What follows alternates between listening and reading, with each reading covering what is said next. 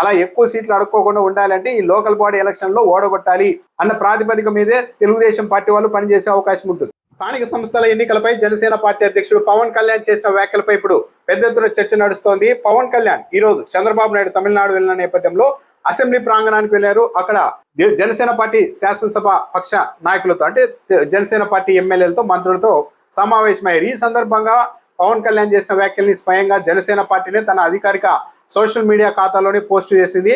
So వీటిని అధికారికంగానే మనం భావించవచ్చు. ఈ సందర్భంగా పవన్ కళ్యాణ్ చేసిన కొన్ని వ్యాఖ్యలు చూస్తుంటే ఇండైరెక్ట్ గా తెలుగుదేశం పార్టీని కూడా ఎత్తిపొడుస్తూ ఉన్నారా అన్న అభిప్రాయం కూడా కలుగుతుంది. ఇటీవల నారా లోకేష్ జనసేన పార్టీకి స్థానిక సంస్థల ఎన్నికల్లో 15% మాత్రమే ఇస్తాం అని చెప్పారు. కానీ దాని మీద జనసేన పార్టీ నుంచి తీవ్ర ప్రతిఘటన వస్తోంది. ఈ నేపథ్యంలోనే పార్టీ ఎమ్మెల్యేలతో సమావేశమైన పవన్ కళ్యాణ్ కొన్ని వ్యాఖ్యలు చేశారు. జన సైనికులు వీర మహిళల పోరాట స్ఫూర్తిని కొనసాగించేలా వారి ఆత్మగౌరవాన్ని నిలబెట్టేలా స్థానిక సంస్థల ఎన్నికలకు సిద్ధం కావాలి అని పవన్ కళ్యాణ్ పిలుపునిచ్చారంట. పార్టీ శ్రేణులు క్షేత్రస్థాయిలో ఎంత ధైర్యంగా పోరాడుతాయో అందరికీ తెలుసునని, గత ప్రభుత్వ హయాంలో నిర్వహించిన స్థానిక సంస్థల ఎన్నికల్లో నిలబడ్డ తీరును ఎవరూ మరిచిపోరని పవన్ కళ్యాణ్ వ్యాఖ్యానించారు.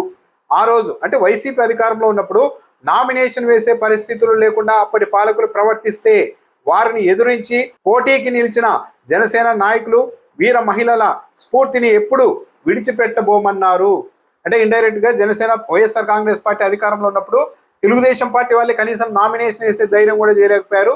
కానీ ఆ సమయంలో జనసేన పార్టీ నాయకులు వీర మహిళలు ధైర్యంగా నిలబడ్డారు అని పవన్ కళ్యాణ్ చెబుతూ ఉన్నారు. రాష్ట్రంలో 2019-24 మధ్య ఉన్న పరిస్థితులను ఒకసారి గుర్తు చేసుకోవాలి. జనసేన శ్రేణులు 2021 స్థానిక సంస్థల ఎన్నికల్లో ధైర్యంగా నిలబడ్డాయి. 2024 సార్వత్రిక ఎన్నికల్లో కూటమి విజయానికి దోహదపడ్డాయి.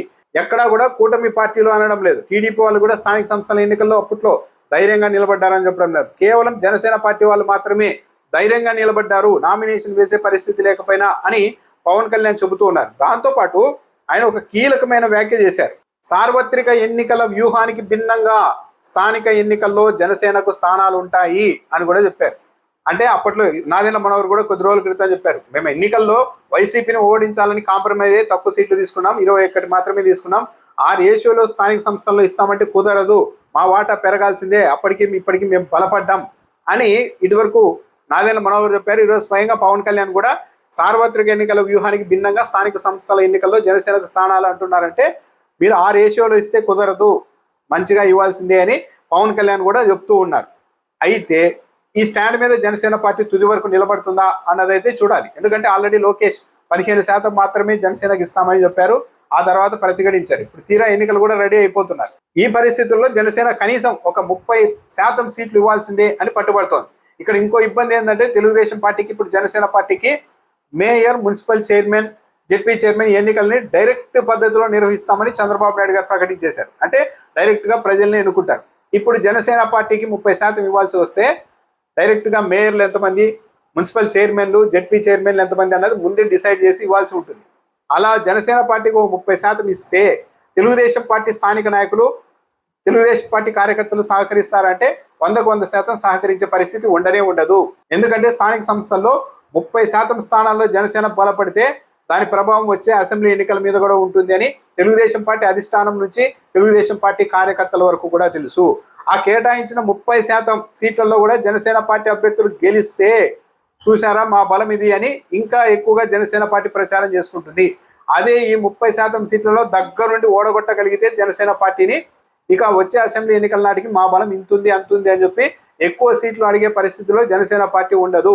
అలా ఎక్కువ సీట్లు అడుక్కోకుండా ఉండాలంటే ఈ లోకల్ బాడీ ఎలక్షన్ లో ఓడగొట్టాలి అన్న ప్రాతిపదిక మీదే తెలుగుదేశం పార్టీ వాళ్ళు పనిచేసే అవకాశం ఉంటుంది. దాంతోపాటు స్థానిక సంస్థల ఎన్నికల్లో ఎక్కడికక్కడ స్థానిక నాయకులు చాలా ఉత్సాహంగా ఆశలు పెట్టుకొని ఉంటారు. అలాంటి చోట జనసేన పార్టీ వాళ్ళు వచ్చి మేము పోటీ చేస్తాం, తెలుగుదేశం పార్టీ కార్యకర్తల నాయకులంతా ఓట్లు వేయాలంటే వేసే పరిస్థితి ఉండదు. ఇంకో నాయకుడు వచ్చి తమ గ్రామంలోనో తమ మండలంలోనో బలపడతారు మరో పార్టీ నుంచి అంటే ఒప్పుకునే ప్రసక్తే ఉండదు. అందులోనూ తమతో మిత్రుడుగా ఉంటూ ప్రయాణం సాగిస్తున్న వాళ్ళు ఆ సీటును తీసుకుంటే మాత్రం అస్సలు సహించలేరు.